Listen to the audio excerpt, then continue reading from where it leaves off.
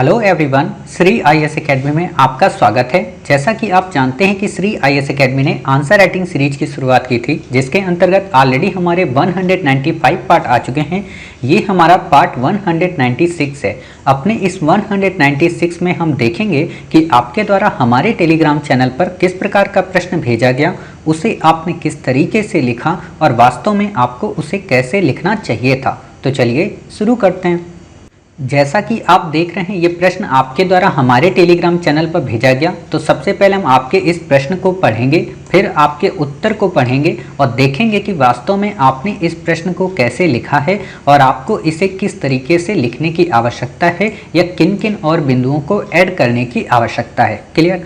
काफ़ी अच्छा प्रश्न है, उम्मीद है आपको समझ में आएगा। तो प्रश्न है, भारत के लिए पूर्वी घाट के महत्व को स्पष्ट कीजिए। इस क्षेत्र में जैव विविधता के संरक्षण हेतु कौन कौन से उपाय किए जा सकते हैं। काफ़ी अच्छा प्रश्न है। उत्तर आपने लिखा है, पूर्वी घाट आर्थिक, सामरिक, सांस्कृतिक, सामाजिक एवं साथ ही पर्यावरणीय दृष्टि से काफ़ी महत्वपूर्ण भौगोलिकता, यहाँ पे आपने गलत लिख दिया, भौगोलिकता होता है। ठीक है, यहाँ पे डबल मात्रा आएंगी, यानी कि डबल आप यहाँ पे कीजिए, एक ही नहीं ए की मात्रा। ठीक है, को दर्शाती हैं। यहाँ मिट्टी के उपजाऊ से कृषि पैदावार अधिक, बंगाल की खाड़ी से अंतर्राष्ट्रीय व्यापार को बढ़ावा, जनसंख्या वृद्धि से सामाजिक व सांस्कृतिक विविधता एवं पर्यावरणीय अनुकूलता से जैव विविधता अधिक देखने को मिलती है।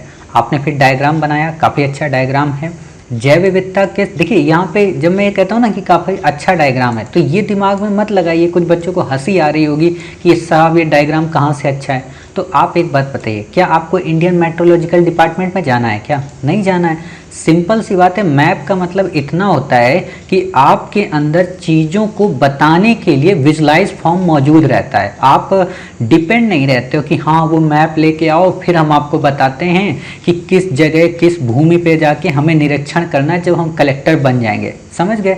मान लीजिए आपकी लेखपाल से बहस हुई, लेखपाल ने कहा साहब वो जो वहाँ पे खेत की पैदावार है तो उस खेत का थोड़ा सा हिस्सा ग्राम समाज की भूमि में आता है।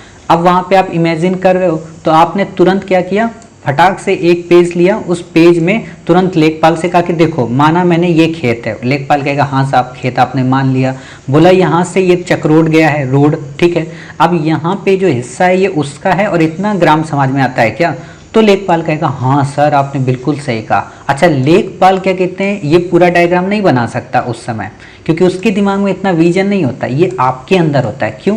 क्योंकि आप यहाँ पे मैप बनाते रहते हो ना। अब आप समझ गए कि आपका मैप का उपयोग कहाँ होगा, जब आप कलेक्ट्री ऑफिस में बैठेंगे और वहीं से बैठे बैठे जब लेखपाल को निर्देश देंगे कि अच्छा यही ज़मीन है। समझ गए? इसलिए हम आपसे मैप बनवाते हैं। तो कैसा भी मैप बने बनाइए।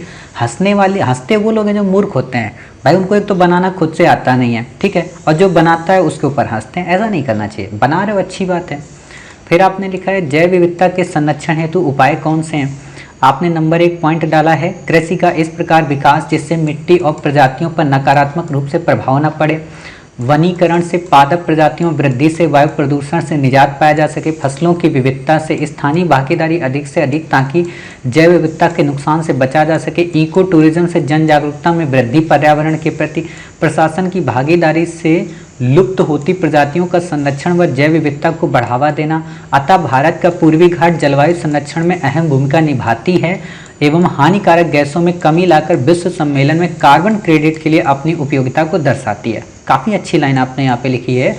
और सबसे अच्छा तो आपने जो ये भूमिका लिखी है ना, ये काफ़ी अच्छा। देखिए यही भूमिका आपको ऐसे ही लिखना है, मतलब धीरे धीरे कोशिश करिए कि 5 से 6 लाइनों में इतनी सारी बातों को कंपाइल कर दें। जैसे आपने देखा इस भूमिका में आपने जो लिख दिया कि आर्थिक, सामरिक, सांस्कृतिक, सामाजिक, इतनी बातें लिख दी और बिना पैराग्राफ को तोड़े ही आपने इनको डिफाइन भी कर दिया कि सामरिक साहब इसलिए क्योंकि बंगाल की खाड़ी है, आर्थिक इसलिए क्योंकि कृषि पैदावार है, ठीक है, सांस्कृतिक इसलिए क्योंकि यहाँ पे जनसंख्या काफ़ी ज़्यादा है जहाँ पे अलग अलग ट्राइब्स के लोग मौजूद रहते हैं। समझ गए? तो इससे एग्जामिनर समझ गया कि अच्छा आपने ये बातें यहाँ पे सही लिख दी हैं। ठीक, अब दिक्कत कहाँ आती है, जब आपने ये लाइन यहाँ पे लिख दी पर्यावरणीय अनुकूलता से जैव विविधता अधिक देखने को मिलती है, लेकिन यहाँ पे ये लाइन टूट गई है, मतलब जैव विविधता के संरक्षण हेतु उपाय।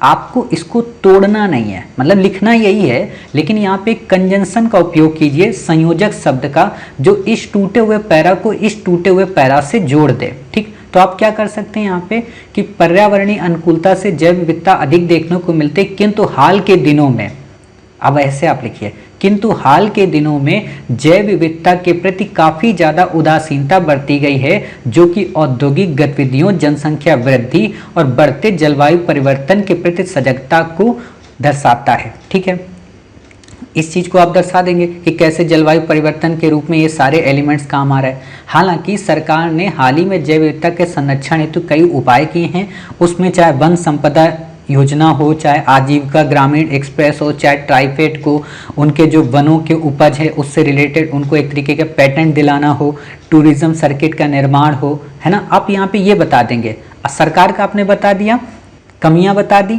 आलोचना बता दी, अब यहाँ पे आप क्या करिए, सुझाव दे दीजिए। और जब सुझाव दीजिए ना, तो इन सुझावों को भी संक्षेप में कर दो। हालांकि आपने लिखा है, अच्छी बात है, पॉइंट फॉर्म में आपने दे दिया, लेकिन अब क्योंकि आपने सरकार को ऐड कर दिया, तो शब्दों की तो मर्यादा बनाकर रखनी है ना। तो अब आप यहाँ पे बिल्कुल शॉर्ट फॉर्म में कर दो इन सभी लाइनों को। कैसे करेंगी आप यहाँ पे बता सकती हैं कि कृषि का विकास किया जाए वो सतत कृषि आधारित हो, साथ ही फसलों का विविधीकरण हो। समझिए, अब ये पॉइंट और ये पॉइंट देखो एक ही लाइन में हो गया, तो ये लाइन हमारी बच गई।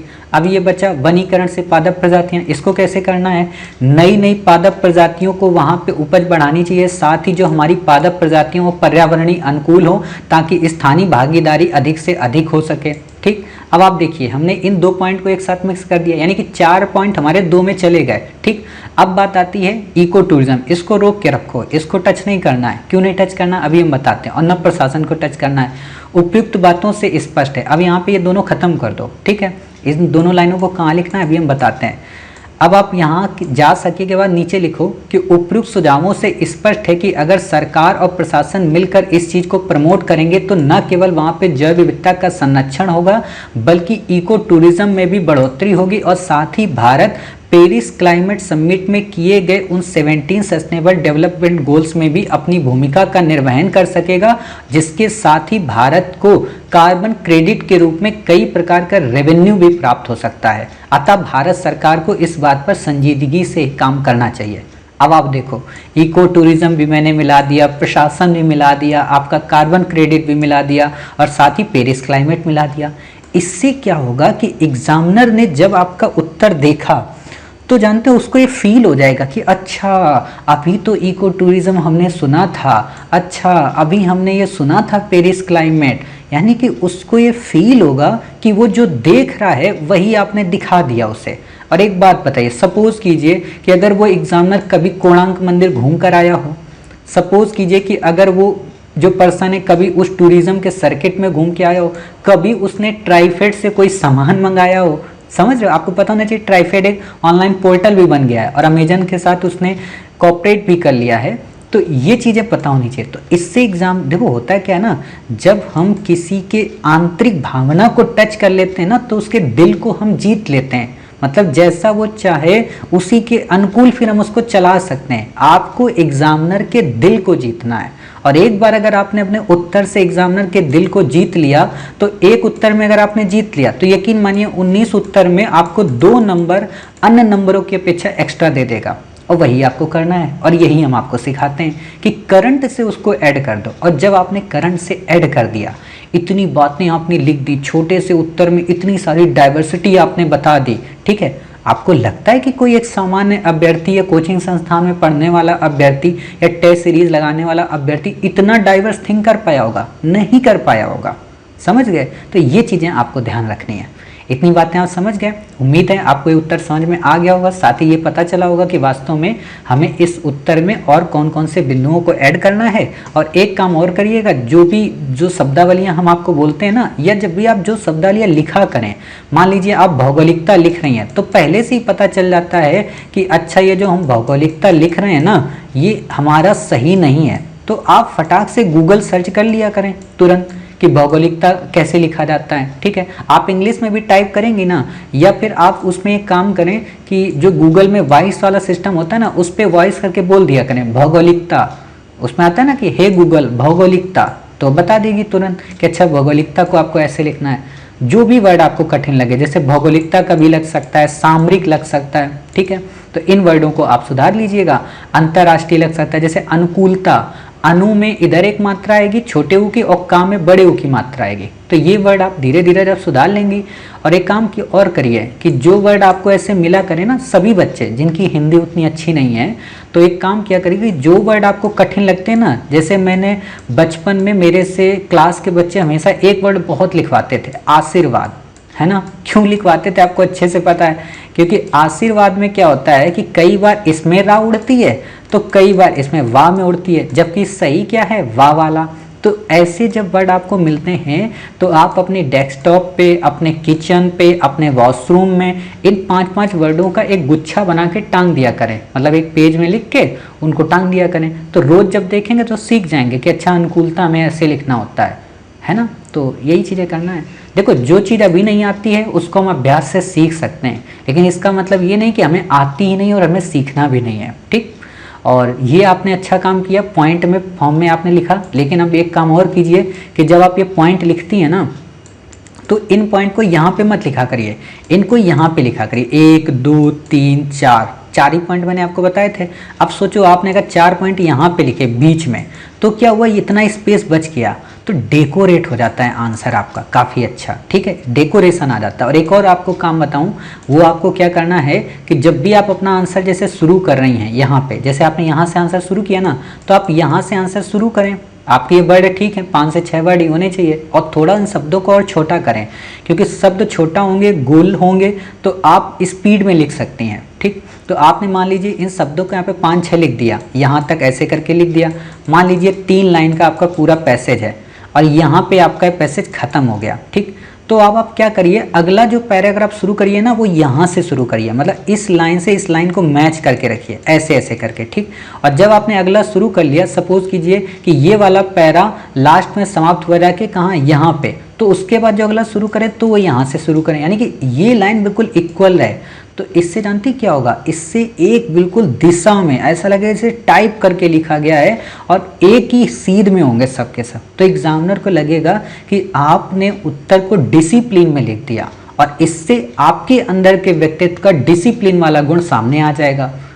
देखो उत्तर इसलिए यूपीएससी आपसे नहीं लिखवाती है कि उसको आपके नॉलेज को चेक करना होता है, वास्तव में उत्तर लिखते वक्त आप कितने डिसिप्लिन में होते हैं, कितना एक तरीके से डेकोरेट करके लिखते हैं, इस चीज़ को देखना चाहता है। जैसे कहा नहीं जाता है कि किसी भी इंसान का अगर पैसेंस चेक करना है तो खाना बनाने वाले कुक से सीखो। खाना बनाने वाले जितने भी कुक होते हैं वो पैसेंस ही तो रखते हैं, मतलब धैर्य ही तो रखते हैं, तभी तो खाना बनाते वक्त उनका मसाला अच्छे से पक पाता है, खाना अच्छे से बन पाता है, सब्जी अच्छे से पक पाती है, ठीक है। अगर वो धैर्य ना रखें, तुरंत उसमें तेल डालें, तुरंत जीरा डाल दें, तुरंत उस पर तड़का लगा दें, तुरंत प्याज डाल दें और सब्जी को उसमें ढक के रख दें और बोले खा लो बेटा, सब्जी नहीं अच्छी बनेगी।